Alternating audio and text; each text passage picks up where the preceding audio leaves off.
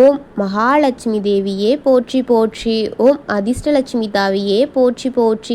ஓம் ஆதிலட்சுமி தாயே போற்றி போற்றி. என் அன்பு குழந்தையே, இந்த மங்களகரமான தினத்தில் உனது பிரச்சனைகளையெல்லாம் தீர்த்து நீ கேட்ட வரங்களை உனக்கு கொடுக்க உன் தாய் மகாலட்சுமி வந்திருக்கின்றேன். இந்த பதிவை முழுமையாக கேள் என் தங்கமே. என் அன்பு குழந்தையே, நீ நீண்ட நாட்களாக என்னிடம் வைத்த கோரிக்கைகள் எல்லாம் இப்பொழுது நிறைவேறப் போகின்றது.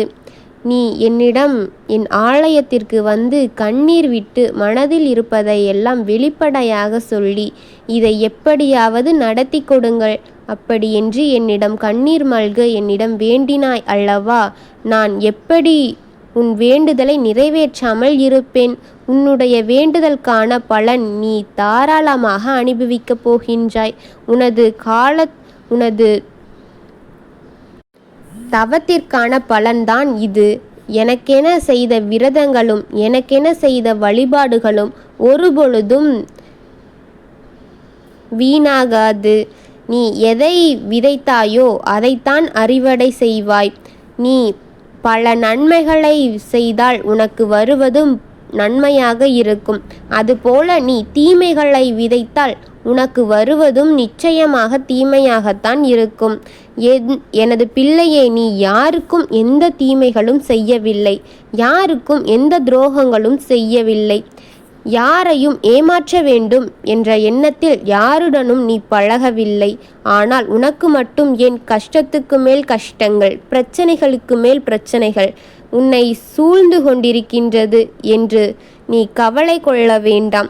அனைத்துக்கும் முடிவு வரும் நேரம் இப்பொழுது வந்துவிட்டது. நீ சந்தோஷமாக வாழும் காலமும் நேரமும் இப்பொழுது வந்துவிட்டது. நீ விரும்பியது அனைத்துமே நீ விரும்பியபடியே உன் கையில் வந்து அடைய போகின்றது. பல பிரச்சனைகளை நீ கடந்து விட்டாய். வழிகள்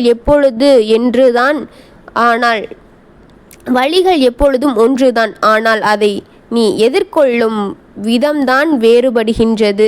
உதாரணமாக, முள் குத்தும் பொழுது கத்துகின்றோம், நாம் ஊசி போடும் பொழுது நாம் தாங்கிக் கொள்கின்றோம் அல்லவா?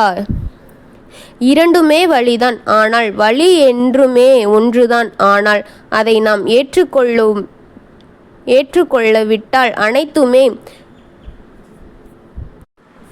அனைத்தையுமே தூசி போல பறக்க விட்டுவிட்டு உன் இலக்கை நோக்கி சென்று கொண்டிரு என் தங்கமே.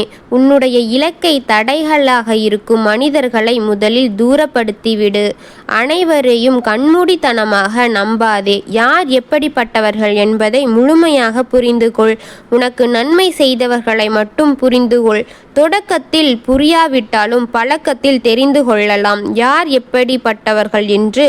அனைவரையும் புரிந்து கொண்டால் உனக்கு இலக்கை நீ சுலபமாக வென்றுவிடலாம். காலம் போடும் கணக்கை இறைவனால் தவிர யாராலும் மாற்ற முடியாது. அதனால் நல்லதை நினை, நல்லதை செய். மற்றவர்களை நான் பார்த்து கொள்கின்றேன். சொந்தம், பந்தம், நட்பு எல்லாம் எதிர்பார்த்து வருவதில்லை. அனைத்துமே இந்த கடவுளின் அருளால் உனக்கு கிடைப்பது. அதனை தக்க வைத்து கொள்வது உனது பொறுப்பு. உனக்கு உண்மையாக இருக்கும் உறவை மட்டும் நீ உன்னிடம் தக்க வைத்துக்கொள். தகுதி பார்த்து யாரிடமும் பழகாதே. உனக்கு உண்மையாக இருக்கும் உறவுகளை ஒருபொழுதும் விட்டு விடாதே. நீ யாரிடமாவது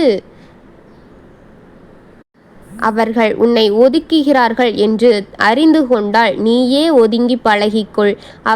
காரணங்களை நீ அறிந்து கொள்ள விரும்பாதே. அது உன்னை காயப்படுத்தும் வகையிலே அந்த காரணம் இருக்கும். மற்றவர்களுக்கு ஆறுதல் கொடுக்கும் பொழுது நீ மனதைரியத்துடன் இருக்கின்றாய். உனக்கே அந்த ஆறுதல் தேவைப்படும் பொழுது மட்டும் உன் மனதைரியம் உன்னிடம் இருப்பதில்லை. எனவே தைரியத்தை வளர்த்துக்கொள். நீ 1000 உண்மைகளை பொய்யாக்கலாம், 1000 பொய்களை உண்மையாக்கலாம். ஆனால் உன் மனசாட்சியை மட்டும் ஏமாற்றவும் முடியாது, பொய்யாக்கவும் முடியாது. எனவே நீ மனசாட்சியுடன் நடந்து கொள். நான் உனக்கு துணையாக இருக்கின்றேன். எல்லோருக்கும் நல்லதை செய், உனக்கும் நல்லதே தரப்படும். என் அன்பு குழந்தையே, வாழ்க வளமுடன். மகாலட்சுமி தாயே போற்றி போற்றி. ஓம் அதிர்ஷ்டலட்சுமி தாயே போற்றி போற்றி. வாழ்க வளமுடன்.